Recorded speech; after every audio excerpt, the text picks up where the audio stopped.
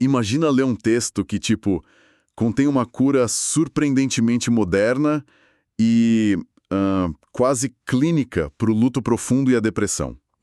É uma promessa em tanto. Pois é, mas para chegar nesse avanço psicológico, a gente precisa atravessar uma passagem onde um rei, literalmente do nada, condena metade da raça humana com base em um único desentendimento isolado. É um contraste brutal, né? Muito. É o tipo de coisa que gera um certo curto-circuito mental na gente. Certo, vamos desvendar isso. A nossa exploração de hoje foca no Jataka da Zarata. Uma escolha fascinante de texto, com certeza. E a nossa missão hoje é desembolar como essas escrituras budistas antigas conseguem entregar uma filosofia incrível, muito transformadora, sobre a impermanência. Enquanto, ao mesmo tempo, o pano de fundo da narrativa opera como um veículo sutil, mas bem poderoso para a misoginia casual daquela época. É, exatamente. E só para deixar claro desde já, a ideia não é julgar com a nossa lente de hoje. A gente só quer observar como a narrativa apresenta essas normas sociais de forma tão natural e contrastar isso com a mensagem espiritual do texto. O que torna esse texto tão instigante é justamente o fato de que ele não tenta nos dar uma aula sobre estrutura social. A estrutura social é só o ar que os personagens respiram ali, entende? Faz todo sentido. Mas me explica uma coisa básica primeiro, só para situar a conversa. O que exatamente é um Jataka? Claro. Bom, como estamos lidando com Jataka, o público daquela época já esperava uma mecânica narrativa clássica. Basicamente, são histórias sobre as vidas passadas do Buda. Certo. Então tem sempre uma conexão com o passado. Isso. Uma crise no presente serve de gatilho para que o Buda narre uma de suas vidas anteriores, sabe? Revelando a conexão entre essas duas eras. Geralmente, tem 3 partes: a história do presente, a do passado e a conclusão que amarra tudo. Entendi. É uma fusão que exige uma leitura muito atenta de quem está analisando. E tudo começa na história do presente que, olha, é dolorosamente fácil de se identificar hoje em dia. Com certeza. Temos um proprietário de terras cujo pai morreu. E a dor que ele sente não é só uma tristeza poética que a gente lê em livros antigos. O texto descreve uma paralisia total. É um retrato bem cru, né? Muito cru. Ele simplesmente abandonou os negócios, a família, as obrigações todas. É uma depressão profunda causada pelo luto. E a resposta do mestre, que é o Buda, a essa crise é muito estratégica. Ele percebe que esse homem, justamente por ter batido no fundo do poço emocional, está pronto para o primeiro caminho. O primeiro caminho, espera. O que isso significa na prática? Vale a pena a gente pausar aqui para entender essa mecânica. O primeiro caminho, ou a entrada na correnteza, não significa apenas se sentir melhor, sabe? Não é só superar a tristeza. Não, vai muito além. Na estrutura do pensamento budista, é o momento exato em que a pessoa quebra as primeiras amarras da ilusão, especialmente a ilusão de um eu permanente. Nossa, é bem profundo. É sim. E o Buda não chega na casa do homem com um sermão ensaiado. Ele vai com um monge mais jovem, senta lá e, primeiro de tudo, valida a dor do cara. Ele pergunta sobre o sofrimento antes de começar qualquer lição, né? Exato. Ele prepara o terreno gentilmente. Olha, essa abordagem inicial me lembra demais a mecânica de uma terapia moderna. O terapeuta não diz simplesmente para você parar de chorar porque, bem, todo mundo morre. Nossa, imagina que péssimo terapeuta seria. Exatamente. Em vez disso, usa-se a abstração, às vezes uma metáfora ou uma narrativa externa, para tentar quebrar aquele ciclo mental repetitivo do paciente. É um ótimo paralelo. O Buda usa a história do passado não como um escape da realidade, mas como um espelho angular. Tem um mecanismo de despersonalização operando aí. Como assim, despersonalização? É que, quando o luto é muito agudo, a tendência humana é enxergar a perda como um castigo pessoal, sabe? Como uma anomalia que aconteceu exclusivamente com a gente. O famoso "por que comigo", né? Isso. Então, ao invocar uma narrativa épica, distante, envolvendo figuras da realeza de Benares, o Buda meio que força o proprietário de terras a afastar o zoom da própria dor. Fazendo ele ver que até os reis sofrem com isso. Exatamente. A impermanência é apresentada como uma força gravitacional do universo, afetando a realeza com a mesma indiferença com que afeta ele. O sofrimento perde esse caráter de punição individual. Caramba, genial. E é aí que a gente é sugado direto para a história do passado, na corte do rei Dasarata. E a fonte aponta que essa seria a versão budista do grande épico hindu de Rama e Sita. Sim, é uma variação bem conhecida dessa narrativa. Então, o rei Dasarata governa com justiça absoluta, mas tem um modestíssimo número de 16 mil esposas. Um número bem trivial, né? Super trivial? Bom, com a sua rainha principal ele tem 3 filhos, Rama, o sábio, o príncipe Lakshana, também chamado de o sortudo, e a senhora Sita. E aí a primeira rainha morre? Isso. Ele elege uma segunda rainha consorte e ela tem um filho, o príncipe Bharata. Em um momento de êxtase pelo nascimento, o rei promete a ela um favor em aberto. Um erro clássico de monarcas em histórias antigas. Com certeza.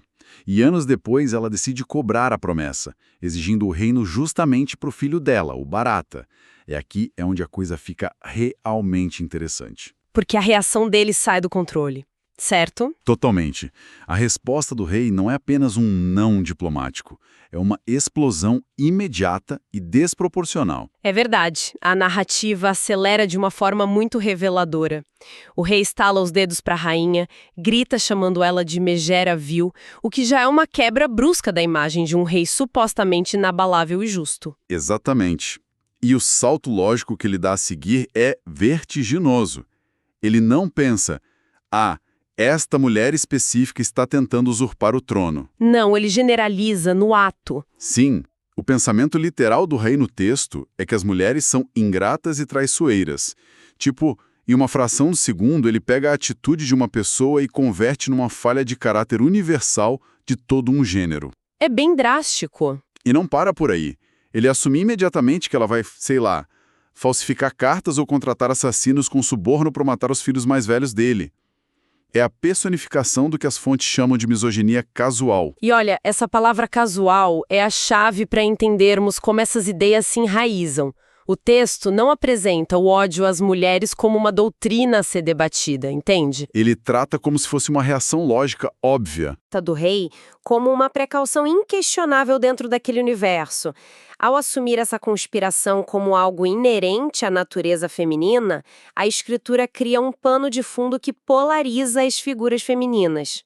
Deixando 2 caixinhas muito apertadas para as mulheres na história. Sim.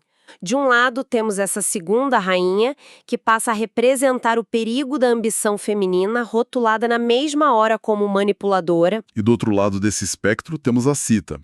Porque para proteger os filhos mais velhos desse suposto complô assassino que ele tirou da cabeça, o rei ordena que eles fujam para a floresta do Himalaia por 12 anos. Que, curiosamente, é o tempo de vida que os videntes disseram que o rei ainda tinha. Bem conveniente. Mas o detalhe é, Sita não recebe nenhuma ordem de exílio. O texto diz que ela ouve a notícia, chora se despedindo do pai e simplesmente segue os irmãos. Ela adota passivamente um papel de apêndice da família. E a dinâmica que se estabelece lá na floresta ilustra perfeitamente as expectativas de gênero da época. Eles constroem uma cabana e a divisão de trabalho é super específica. Como funciona essa divisão? Basicamente, os irmãos mais novos e a Sita assumem todo o trabalho de subsistência. Eles saem, coletam água, buscam frutas e trazem para alimentar o Rama. E o Rama, o que ele faz? Rama não procura comida. O texto descreve ele sentado na cabana, atuando como a figura central de autoridade. Ele é o detentor passivo do conhecimento moral, como um pai para eles. A imagem é quase escultural, né? Rama como um pilar parado enquanto os outros orbitam ao redor dele, trabalhando sem parar. Uma imagem bem estática do poder e da virtude. O papel de Sita ali é puramente nutrir. O de Rama é simplesmente existir. Pois é, mas o tempo passa na floresta e a ironia trágica ataca o rei Dasarata, que mandou os filhos para longe para não morrerem, acaba morrendo de tristeza no 9º ano de exílio. O que antecipa o fim do prazo de 12 anos. Exato. E o Bharata, que é o filho da rainha ambiciosa, choca completamente as expectativas da mãe. Ele recusa o trono. Ele pega os 5 emblemas reais, monta um exército e marcha para o Himalaia para buscar o Rama, que é o herdeiro legítimo. E essa cena em que Bharata encontra Rama é realmente o coração filosófico do texto. É para isso que a história foi construída. Eles encontram ele sentado na cabana, né? Isso, Rama está lá e o texto o descreve como uma figura de ouro puro, firmemente fixada. É uma imagem belíssima, mas que também sinaliza um distanciamento absoluto das paixões humanas. Tipo, zero emoção. Zero. Bharata cai aos prantos, dá a notícia da morte do pai, e a mente de Rama, segundo a escritura, não registra nenhuma oscilação. Não há dor, não há choque, nada. Ele é a personificação literal daquele desapego que o texto tenta ensinar ao proprietário de terras deprimido no presente. Ele domina completamente o próprio ego ali. Mas aí vem uma parte meio bizarra. Rama tem consciência de que Lakna e Sita, que estão na floresta catando frutas, não têm a mesma sabedoria abrangente que ele. Eles ainda estão muito apegados à realidade material. Sim, ele sabe que a notícia da morte repentina do pai pode causar um colapso fisiológico neles, que eles podem morrer de tristeza. Então ele cria um plano muito peculiar. Bem pragmático, para falar a verdade. Ele espera os dois voltarem e usa a desculpa de que demoraram demais para mandar que os dois entrem em um lago ali perto. E só quando eles estão de pé na água, o Rama solta a bomba de que o pai morreu. A mecânica dessa cena é fascinante porque mistura um pragmatismo extremo com um entendimento quase médico do choque emocional. Ao ouvirem a notícia, Lakana e Sita simplesmente desmaiam. Mas como estão dentro do lago, a água atua como um amortecedor gigante. Ela desperta os sentidos deles, impedindo que o impacto emocional desligue os corpos de vez. É exatamente como quando a gente pede para alguém se sentar hoje em dia antes de dar uma péssima notícia. Só que o Rama eleva isso para uma manobra de sobrevivência extrema contra um choque cardiogênico. Uma técnica de ressuscitação narrativa. Total, ele repete a notícia. Eles desmaiam na água de novo. Isso acontece 3 vezes.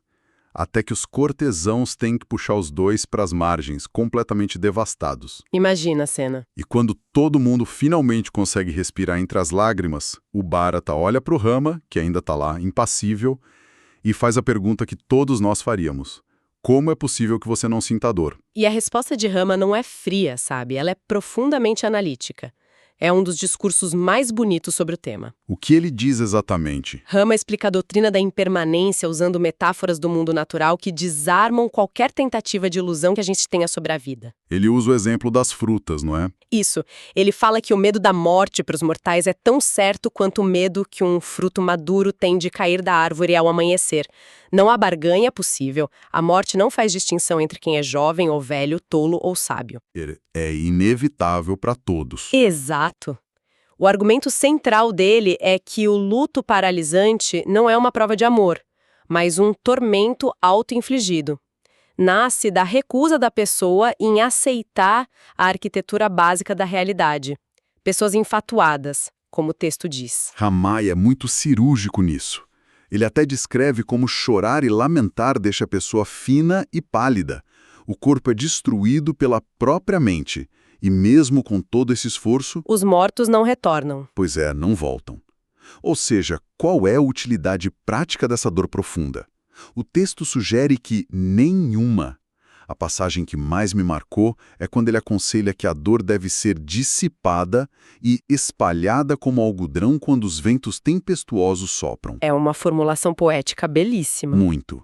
Fala sobre não armazenar a dor, não reter o trauma. Deixar que as forças da vida continuem movendo as coisas. É quase terapêutico de ler. E se a gente conectar essa explicação de Rama com a dor daquele proprietário de terras lá da história do presente, o fechamento do raciocínio fica super claro, né? Fica perfeito. Porque o texto não diz que a vida não tem valor.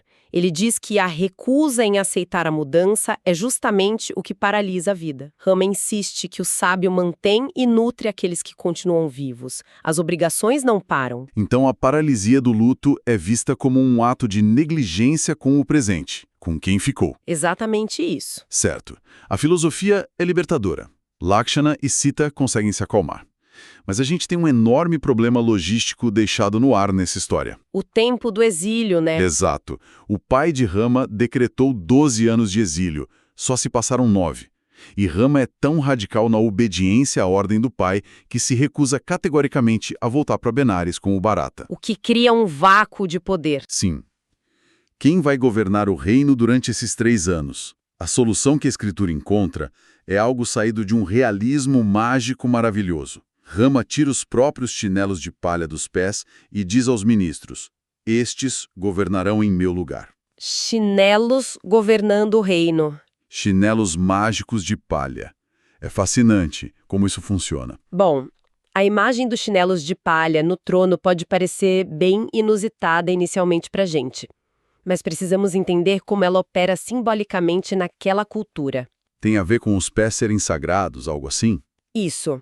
Na antiga Índia e em várias tradições orientais, os pés, apesar de serem fisicamente a parte mais baixa do corpo, carregam um peso imenso de reverência. Tocar os pés de um guru ou carregar as sandálias dele é acessar a base moral daquela pessoa. Ah, entendi. Então os chinelos não são só calçados. Não mesmo.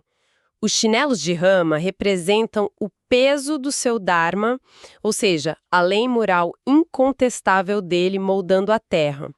Os cortesãos pegam as sandálias e colocam no trono real. E eles agem como juízes, certo? Exato.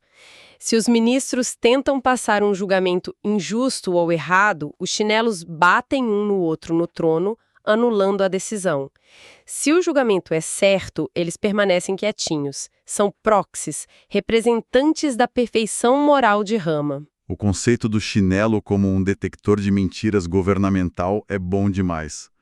Mas enfim, os 3 anos de regência do calçado passam, o exílio termina, Rama volta triunfante para Benares e assume o trono de forma espetacular. E governa por muito, muito tempo. O texto diz que ele governa com retidão por 16 mil anos.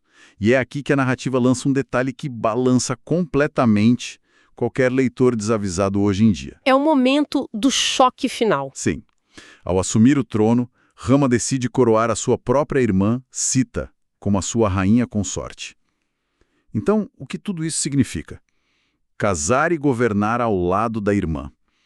Como um salto desses dialoga com aquele ambiente cheio de regras sociais que a gente viu no início? É muito compreensível que isso cause bastante atrito cognitivo em quem lê fora do contexto original. Mas se a gente analisar estritamente dentro da moldura dos mitos fundacionais de linhagem, há 2 forças grandes operando aí. Quais seriam? A primeira é a pureza da casta e da linhagem real. Essa é uma preocupação central em narrativas ancestrais. Manter o sangue real puramente isolado era frequentemente representado através dessas uniões endogâmicas míticas, sabe? Casar dentro da família para manter a pureza divina. Isso. A segunda força, que é bem mais pertinente à nossa discussão inicial sobre normas casuais de gênero, é o sistema de recompensas do texto. Espera, uma recompensa pela passividade dela lá na floresta. Exatamente. O arco de Sita é a personificação do ideal patriarcal de lealdade extrema daquela sociedade. Pensa comigo, ela não questionou o exílio, ela simplesmente seguiu os homens da família chorando. Ela serviu de suporte material durante todos aqueles anos de sofrimento. E foi completamente submissa em cada etapa da jornada. Torná-la rainha consorte é a recompensa cósmica e narrativa do texto por ela ter seguido à risca o padrão feminino que as escrituras exigiam. É um contraste direto com a segunda rainha, né? Perfeito. Se a segunda rainha foi demonizada no começo da história por tentar tomar o controle ativamente e exigir algo, Sita é elevada ao trono mítico justamente por ter abdicado de qualquer ambição pessoal. É o reforço final daquela dinâmica casual que o rei descreveu estalando os dedos lá no começo. Nossa, as engrenagens culturais invisíveis fecham o ciclo lindamente e de um jeito bem perverso para a nossa visão atual. É o ciclo completo da ideologia do texto. E voltando para o presente narrativo, para fechar a história, o Buda encerra a sessão de terapia revelando as identidades passadas para o homem deprimido. Amarrando as pontas soltas.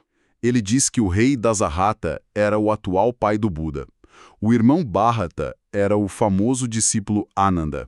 E o imperturbável Rama era o próprio Buda naquela vida anterior. E como um proprietário de terras reage a isso tudo? Diante dessa narrativa toda, o homem finalmente compreende a natureza ilusória do seu sofrimento. Ele atinge o primeiro caminho, a sabedoria funcionou, o cara tá livre da paralisia do luto. E esse duplo impacto da história, essa mistura de coisas, é o que demanda de nós uma capacidade crítica bem afiada. Navegar por textos históricos ou por qualquer fonte profunda de conhecimento nunca é uma experiência clínica e puramente isolada, sabe? Com certeza não, as coisas vêm misturadas. Exato. As maiores joias filosóficas da humanidade, como a metáfora brilhante do algodão sendo espalhado pelo vento, não surgiram no vácuo. Elas foram forjadas por culturas que tinham seus próprios pontos cegos e preconceitos estruturais profundamente arraigados. E isso nos é passado através do tempo na mesma embalagem. E é o nosso papel como leitores modernos saber ler nas entrelinhas. A gente não precisa descartar a sabedoria transformadora só porque a embalagem é datada e machista. Mas também não podemos absorver esses preconceitos estruturais em nome de respeitar a antiguidade sagrada do texto. Ler criticamente é uma habilidade de extração. Você tira o que é útil e identifica o que é tóxico. Perfeito. O Buda ajudou o homem a entender a morte, mas o mesmo texto também ajudou gerações a entenderem que o papel das mulheres deveria ser de obediência cega, como de Sita. Fica o alerta metodológico para como tratamos a informação. Quando não questionamos o que forma o cenário ao redor da sabedoria, o que é apresentado de forma casual, nós naturalizamos as restrições que os autores antigos colocaram lá, sem fazer o menor esforço argumentativo. É um perigo silencioso. E isso nos deixa com uma última pulga atrás da orelha antes de encerrarmos o mergulho de hoje. Qual é a reflexão? Se um texto ancestral consegue, nas mesmas páginas, oferecer uma das ferramentas psicológicas mais libertadoras já escritas sobre o luto, e, ao mesmo tempo, tenta codificar um papel rigidamente subserviente para metade de sua população, o que isso revela sobre os textos, as políticas e as histórias que nós consumimos hoje em dia? É uma ótima provocação. É verdadeiramente possível extrair uma ideia ou uma filosofia pura, sem trazer junto fragmentos invisíveis da bagagem cultural de quem a concebeu? Ou será que as nossas melhores ideias estarão sempre emaranhadas na complexidade e nas falhas da condição humana? Fica aí o pensamento para quem está nos ouvindo. Nos vemos na próxima exploração.